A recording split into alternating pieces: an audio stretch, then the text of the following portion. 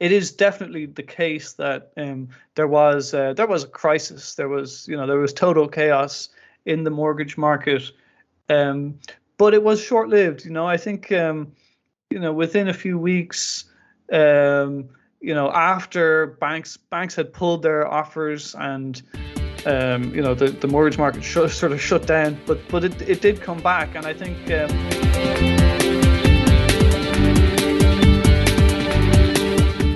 This is Here's How, Ireland's political, social and current affairs podcast, presented by William Campbell. Thank you for downloading episode 153 for the 9th of March 2023. The Transport Minister, Eamon Ryan, who is also leader of the Green Party, it has been announced, will set up an inter-departmental group to make sure that the transport sector meets its emissions reduction targets. Related to this, the National Transport Authority has published what's called its modelling on transport climate targets, which basically means having an educated guess about the effect of various possible policy choices. This basically means they have a go at understanding what would happen if they increased bus fares, kept them the same, or reduced them. And then the same for a variety of combinations of other policy levers that the government could pull or push or not change at all. This is a fairly normal process that the civil service and other government bodies use to present government with policy options and be able to give an educated guess of what the effect of those policies might be. These scenarios necessarily include a pretty wide range of options.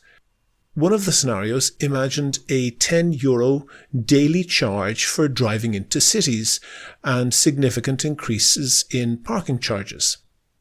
To be clear, this is not government policy. This is not even proposed government policy. It's just one of several scenarios that the NTA offers an opinion on as to what the likely outcome would be if it were to be adopted as government policy. It would go alongside sharply reducing public transport fares and would obviously be targeted at creating a modal shift in transport from private cars to public transport. The purpose of the NTA study is to assess what level of impact it would have, how big the modal shift would be. That didn't stop an avalanche of criticism on social media and other media to the effect that Eamon Ryan was, well, everything from Stalin to Pol Pot to who knows what. Eamon Ryan, I think we might guess, might be sympathetic to effecting that sort of modal shift, but the fact that these weren't his policies, they weren't even his proposals, that hardly mattered to the outraged right-wing motorist mob. There wasn't much said in all that was rational, so I don't think there's really much point in trying to engage in a debate with blind outrage, but I still think that there is something here that's interesting. The theoretical justification for free markets is that resources are allocated more efficiently when people have to pay for the stuff that they want. The free market opposition to socialism is that government is often not very good at producing stuff. But even if it was, the model of taking payment through taxes and distributing stuff, whatever stuff, free at the point of use, the objection to that is that people then use that stuff wastefully. If you waste bread, you get punished by having to pay for more bread. On the other hand, if there was an annual bread tax like the TV license, and then you could take as much bread as you wanted, you would not be motivated to only take what you need. The wasteful would be subsidized by the prudent, and the prudent would likely get fed up of that and not bother to be so prudent. This argument clearly doesn't work for some goods and services. An obvious example is healthcare. People can't be sparing in their use of healthcare because when you need it, you need it. And you might know that you need it, but you likely don't know what you need. you rely on a doctor to tell you what you need. This is also true for education and many other markets where there is a very long lag between the consumer decision and the outcome, or where the consumer can't possibly have the knowledge to make the decision about what is best for them. But that said, for a great many things, the consumer, the citizen, is perfectly well able to decide what they want and decide if the cost is worth it to them. You don't have to know how a mobile phone works to know that it works, and you don't need to know much more than your friend's bill is much lower than yours for the same usage to know that you should probably switch provider. And the marketplace, as I said, disciplines the consumers too. Most goods and services are not in infinite supply, but there's enough to go round. And the fact that you have to pay for it means that you generally don't waste, so there is no real shortage. And if there is, prices go up and then you only use what you really need. That's Free Markets 101. And if you were looking at the reactions to the NTA's scenario of congestion charging and increasing parking costs, you would see that there's no shortage of rhetoric that basically said Eamon Ryan, who, again, didn't write this, that Eamon Ryan was a communist, that this was an infringement on the rights of these evidently conservative identifying commentators. The problem is that when it comes to cars, what we have now is communism. Apart from a tiny number of tolled roads in Ireland, the cost of building and repairing roads is foisted on the whole of society. Whether you use your car all day long, drive at the times of highest demand and congestion, or hardly use it at all, you have to pay the same. We do have motor tax in Ireland, but it doesn't remotely approach covering the cost that the state pays for building, repairing and policing the roads, let alone the other societal costs like pollution, injuries from collisions, and the loss of amenity that huge volumes of traffic on our streets causes. So even if you don't own a car, a big chunk of your taxes goes to subsidising the people who do. The same goes for on-street parking that is either free or charged at a rate that is less than it costs to provide. The people who use it are basically getting a subsidy from the rest of society. A €10 congestion tax would do a few things. First of all, it would deter the traffic of people who didn't really need to drive into the city, but did it anyway. That would mean that the people who did pay their €10 would have less traffic clogging the streets and a better driving experience in return for their fee. We would all get less pollution. This is a classic example of unpriced resources being wasted if they're given away for free, and used efficiently if the consumer has to pay the economic cost of their own consumption choices. But what's really astonishing here is how quickly the self-identified fiscal conservatives turn into hardline Bolsheviks, determined to abolish the market economy and have the shortages distributed evenly among the masses once it's one of their freebies that is threatened. People who are absolutely sure of the supremacy of the market when it comes to one of the scarcest and most in-demand resources in society, road space. All of a sudden, they think that a simple market mechanism, you pay for what you use, is a totalitarian infringement on their rights. People who rage against anyone else in society getting a handout, whether it's a council house or a lone parent allowance, and aren't shy to say that anyone who gets them are a little short of parasites, they all of a sudden become collectivist Trotskyites who want the cost of their transport needs and wants to be met by society as a whole. Funny that. In a moment we'll have the interview, but first I want to say thanks to all of the patrons on Patreon, especially Vincent Nocton, who signed up as a patron since the last podcast. I really appreciate everyone who donates on Patreon. We don't get a huge amount of money out of it, not nearly the same as some other podcasters that I could mention, but we don't cry about that. It pays for things like web hosting. Kevin and myself basically donate our time for free, and we're happy to do that.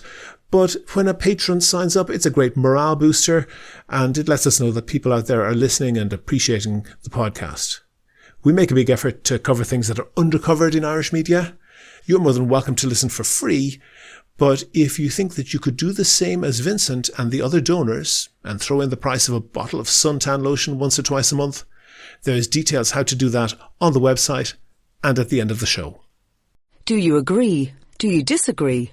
Here's How is Ireland's political, social and current affairs podcast. On the line, I have Graham Neary. Graham is a financial commentator. He's been a fund manager and an analyst in the London financial markets. He's back in Ireland now and working mostly as a commentator on finance. Graham, I know that you've been commenting on the Irish tax system a lot, but you might have heard a couple of podcasts ago I had a bit of fun talking about a toilet paper tax. And the point I think that I was making, or the serious point, if there was one in there, was that tax is necessarily complex because the economy is complex. Would you agree with me that, anybody who comes along with a magic tax simplification plan, that's likely not to work very well? Well, thank you very much, William, for having me on the show. So clearly the economy is complicated and tax is complicated. And there probably isn't a magic bullet that is going to magically solve all of our economic problems. But the point that I've been making on Twitter, and it was really just a throwaway thread, but I wanted to get a few things off my chest that were bothering me, was there are some special taxes in the Irish system which I feel are unusual and difficult to justify, regardless, in fact, of your perspective or your philosophy on taxes. Some people have a very, sort of left-wing view that they want more taxes, more spending. Other people have a more laissez-faire view that they want fewer taxes and less spending. There's some people out there that want less taxes and more spending. That's a third position, which might not be as that's practical. A very popular one. That's a very popular one as well.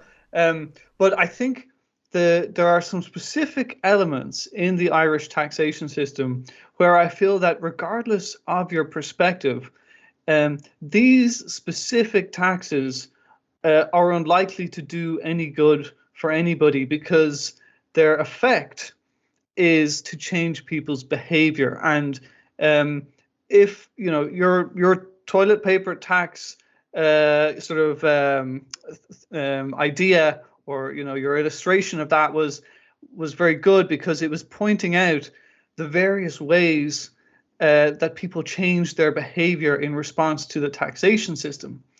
And so I think a more enlightened view on taxes would be to say, well, a tax, if it's going to be justified, should at the very least not prevent people from doing the economically productive activity that they might otherwise do, so that in fact decent taxes might actually be generated for the government in that way. So Okay. Well, I know that you put up kind of 5 examples of that, and I'm going to go through, maybe spend a little bit of time with each one of those in a moment. But I think you were getting towards one thing that I think I agree with you on there, that often people have a poor understanding of the separate arguments between the right tax level, that's to say how much of the economy should be taken in tax in order to fund how much services and so forth, and the tax distribution, that's to say when you've decided how much money you want to take, how do you get it? Do you take it from over here or over there? Do you spread it around evenly? Do you take it from some concentrated places? Would you accept there's, an awful lot of people, possibly also including a lot of people who should know better, don't really understand the distinction between those two issues very well? Yes, so there are very complicated factors there. I mean, I would refer people to the Laffer curve, which is it's an obvious and simple concept once it's explained to you, but in practice, I think that the Irish taxation system could actually learn a lot, or simply by reflecting on the Laffer curve and thinking, well, we have all these special taxes. Are people changing their behavior in such a way to avoid these taxes, and therefore are these taxes actually economically destructive? And that's my point, that I think we've reached a level of taxation in certain places that is just now economically destructive. And this curve that you mentioned, this is, if I remember correctly, something that you say, that there is a point you go beyond which, and increasing the tax rate means that you actually get less tax back because you're de-incentivizing whatever activity so much that even though the tax rate is higher, the raw amount of money returned by the tax is lower. Am I right on that? Absolutely. Eventually, if you raise tax rates too high, then the activity being taxed doesn't happen. But sometimes we like that, because like the plastic bag tax, and perhaps smoking, you could say as well, it's specifically designed to do that, but that does not work right across the spectrum. If you set taxes to zero, you're not going to collect much either. But I want to look at the 5 proposals. I thought it was interesting that you essentially nailed your colours to the mast and you said 5 specific things that you had a problem with that should change. One of them you mentioned the first one was taxing ETFs, and I don't even know what ETFs are. So for the ignorant like me and perhaps a couple of the listeners, what is an ETF and what's the issue with the tax on it? Sure. Well, an ETF is an exchange traded fund. Okay. So, if I could explain it in one sentence, it is a fund that you can invest in the same way that you would invest in shares of Coca-Cola. You simply, it's on the stock market, and you go in and you place a buy order, and you buy it off somebody else, and now you own shares in the fund. Mm-hmm. And what does the fund own? That's an ETF. Well, it could own anything. It could be an equity fund, a bond fund.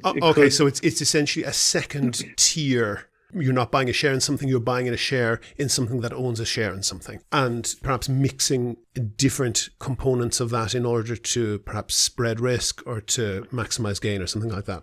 Exactly right. So the reason that people invest in funds is A, they're interested in the asset class that the fund invests in, mm-hmm. and B, they want the instant diversification that you get by buying a fund. They don't have to buy each of the things individually. Okay, and you talk about the exit tax on this. Is that something that Ireland is unique or unusual having in, let's say, in OECD countries?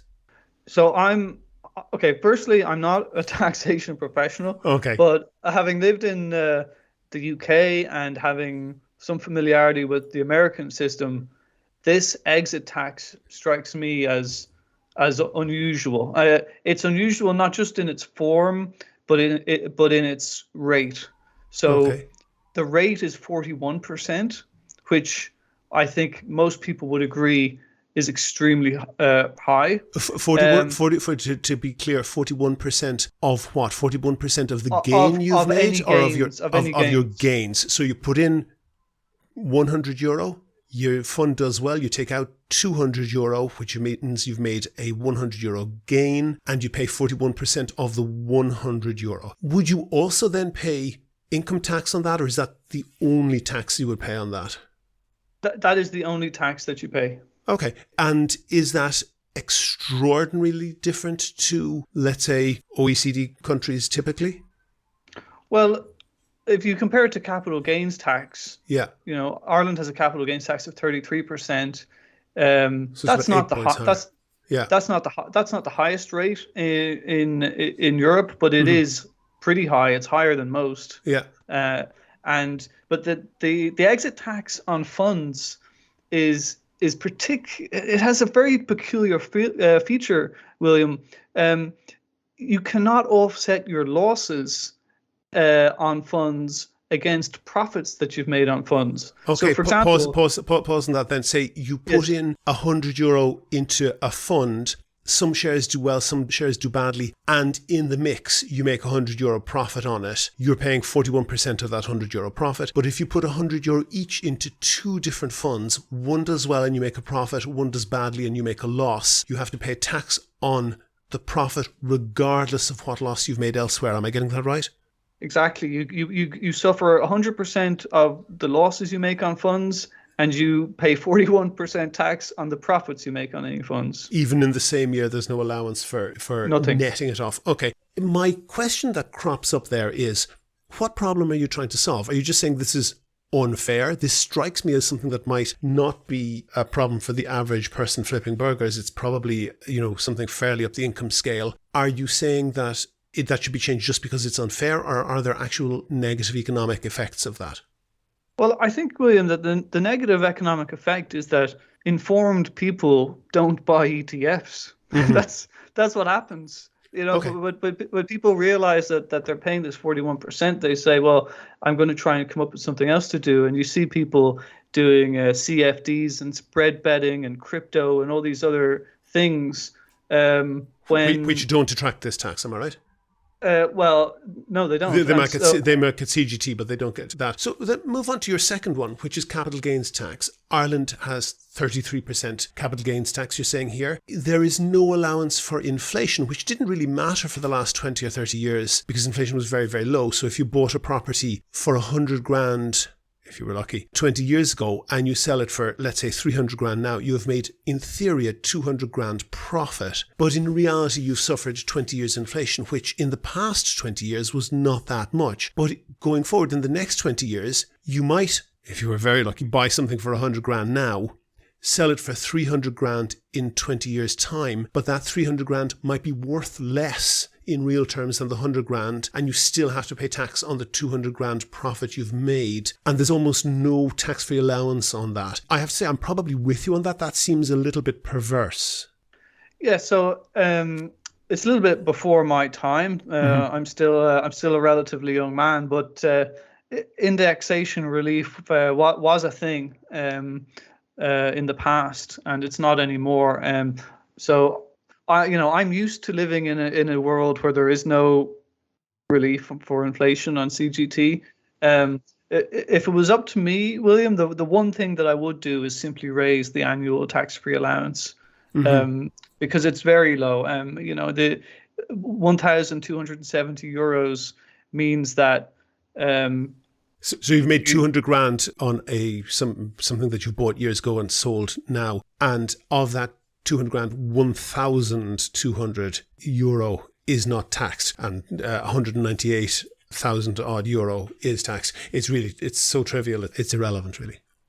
Yeah, and well, I'm a financial, I'm a stock market person. That's my sort of wheelhouse, and I know a lot of people, in their 30s, 40s. Who've managed to get a few quid, they'd be interested to buy some shares, but they look it up and they realize, well, I have to keep records now, yeah. and then if I'm lucky enough to make any profit, I'm giving 33% of it away. Okay, and pause with that. That does allow net profits, not just the gross profit, disregarding losses in other areas. That does allow for the net profit only to be taxed, as I understand it. But hang on for a second. There are people out there who work a PAYE job and don't really either have the money or the financial literacy to get into shares and do that. You can see, and this is my pushback on this, you can see how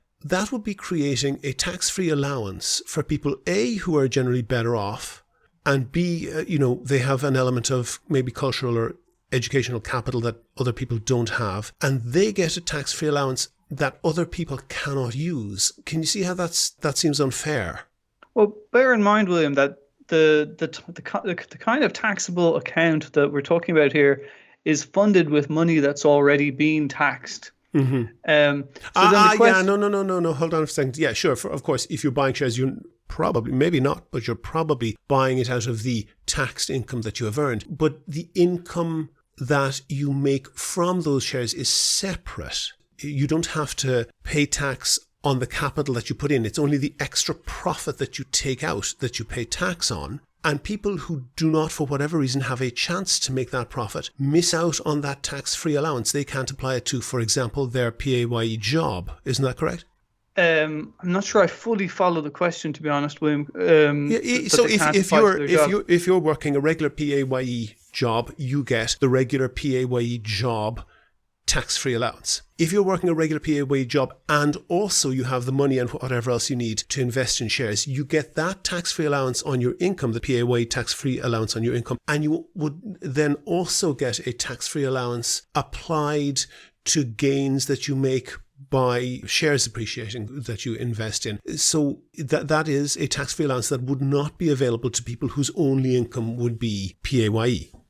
Well, it would be available to anybody who wanted to make an investment. And I think my point is really that we haven't got a culture in Ireland of making,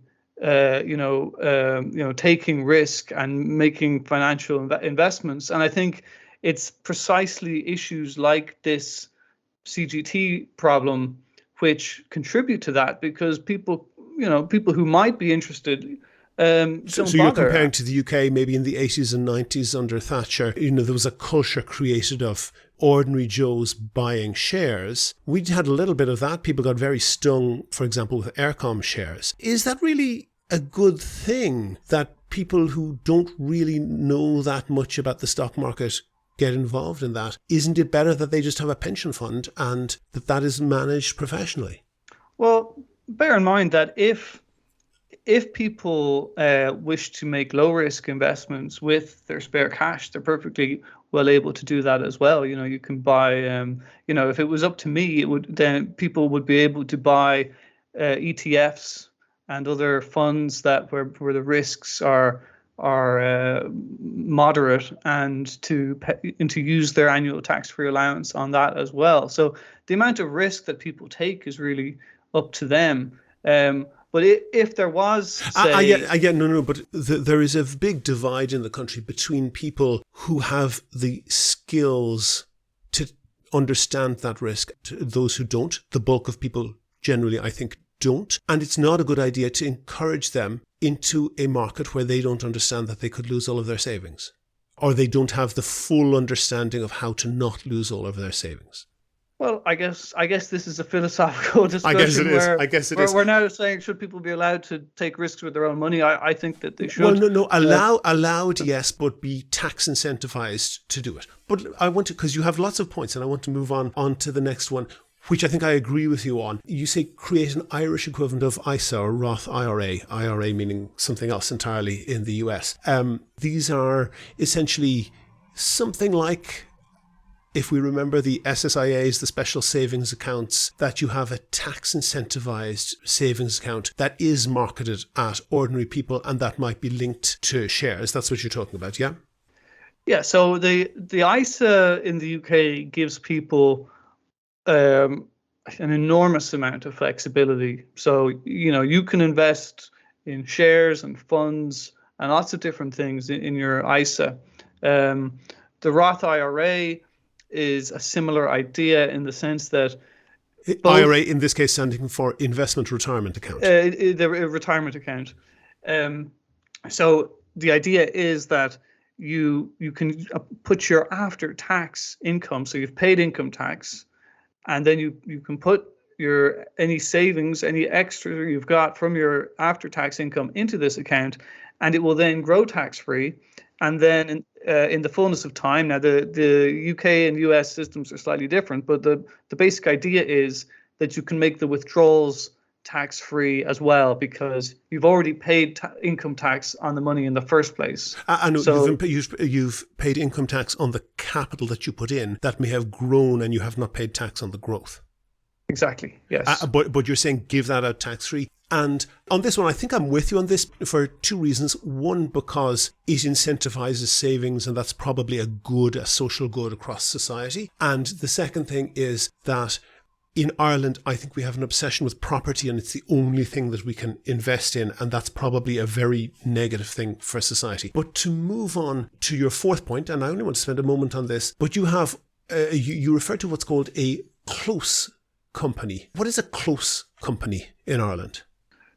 So the exact definition is too complicated to get into, but the basic idea is that there are 5 or fewer shareholders involved. And so close is, it's probably a few friends working together or family members or whatever. They are taxed at a higher rate Is that essentially to reflect the fact that this is not a bona fide large company that's, having shares openly traded or at least being in some way liquid? It is, what might otherwise be a partnership or, a few plumbers working together or some other profession like that?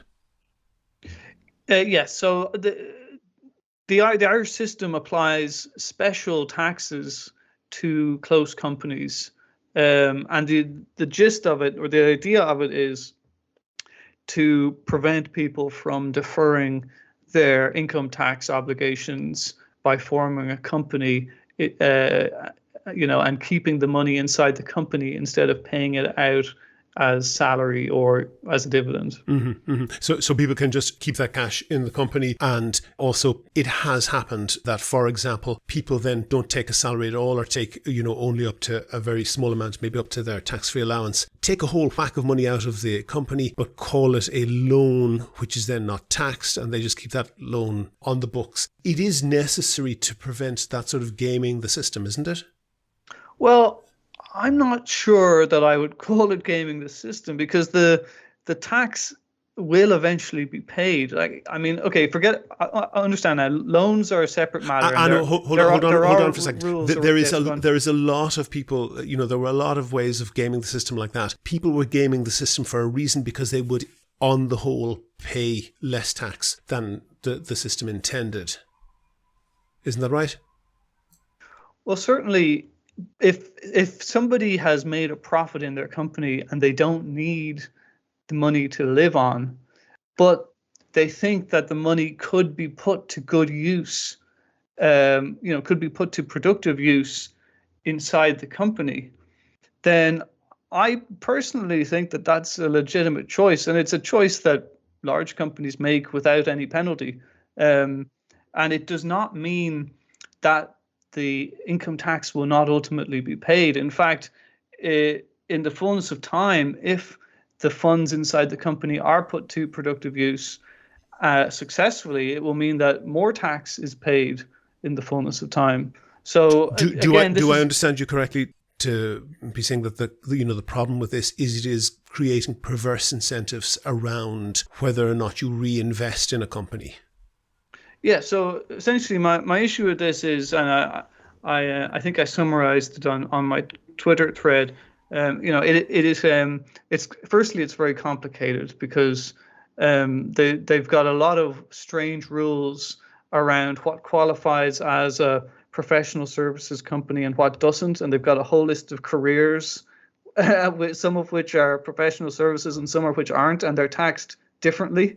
So there are some This sounds like the different VAT rates depending on whether you have chocolate chip cookies or chocolate covered cookies.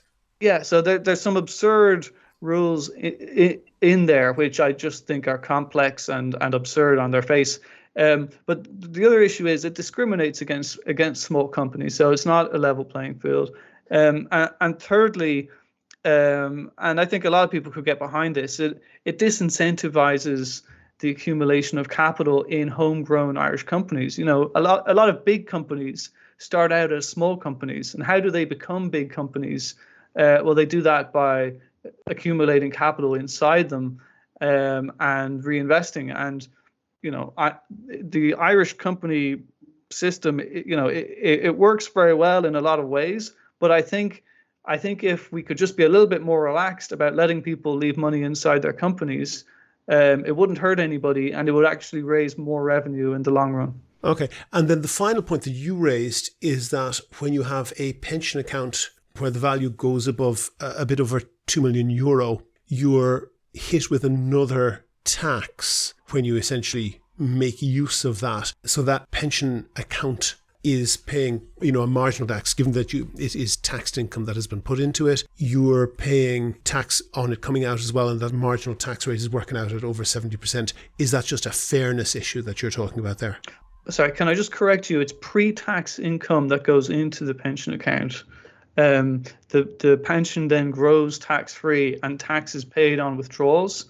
And so my issue there is that, well, firstly, 71% tax rate, I think is just it's hard to see how that is proportionate, considering that the sort of the level where it kicks in sounds very large because the pension has to be worth over 2 million, but the actual annual income that such an amount will generate is probably less than 100,000, or maybe it could be around the 100,000 mark. And again, that I'm not saying that that's a small pension, but it's pretty generous for a pension. It's not. These aren't lifestyles. It's not Dennis O'Brien territory. It's not Jeff Bezos territory by a mile. This isn't lifestyles of the rich and famous, and hitting people with a 71% tax rate there. It actually changes behavior because what happens is that as people realize, if somebody's having a very successful career and they're saving a lot of money, and as soon as they realize that their pension account might hit that level, they start doing things so that they don't hit it. So they stop putting money in, or they stop taking risk in the pension, and that's not economically productive. So they're doing economically less productive things purely from the point of view of, well, there's no point in taking risk or saving money here because the reward is not there. So it's another one of these special taxes that I just think is changing people's behavior. It's actually economically destructive. Okay, then I guess what I want to ask you, we'll come back to my joking. People maybe should go back to podcast 149 if they didn't hear it, about the toilet paper tax and what you call perverse incentives. One thing that's a hobby horse for mine, and people on this podcast will have heard more than once, and maybe since this is your wheelhouse, I'll get you to comment on that. Ireland has effectively near zero property taxes. The actual property taxes that we have are actually, economic activity taxes in disguise, like stamp duty and commercial rates. You don't have to pay the commercial rates if your building is vacant, which just seems insane. And I would think, and you mentioned perverse incentives, that when you tax one area very heavily, you're effectively pushing economic activity into another area of the economy. The fact that property is basically untaxed in Ireland means that we're sucking in not just money, investment, capital, and hyperinflating the property market, but you're also pulling in the talent and the cultural capital of the country. In some countries, the buzz is about their economic creativity in one area or another, be it high tech or be it whatever. In Ireland, an awful lot of the economic buzz is around increasing property prices. And if, as I would suggest, let's say we introduce with a zero change in the tax rate, so people are not going to be paying more or less tax, but they pay it in a different way, and say an average person on PAYE who pays 10 grand a year in tax now would end up paying maybe 8 grand a year in PAYE tax and 2 grand a year in property taxes. Would you agree with my thinking that that would have a cultural change and that it would improve misallocation of resources? I don't know, William. I think that may be beyond my pay grade, to be honest. Oh, throw an opinion at it anyway. Look, my general point of view is that we are a little bit too obsessed with property in this country. So I think I can find common ground with you there. I've obviously spent a lot of time studying the American stock market, the UK stock market.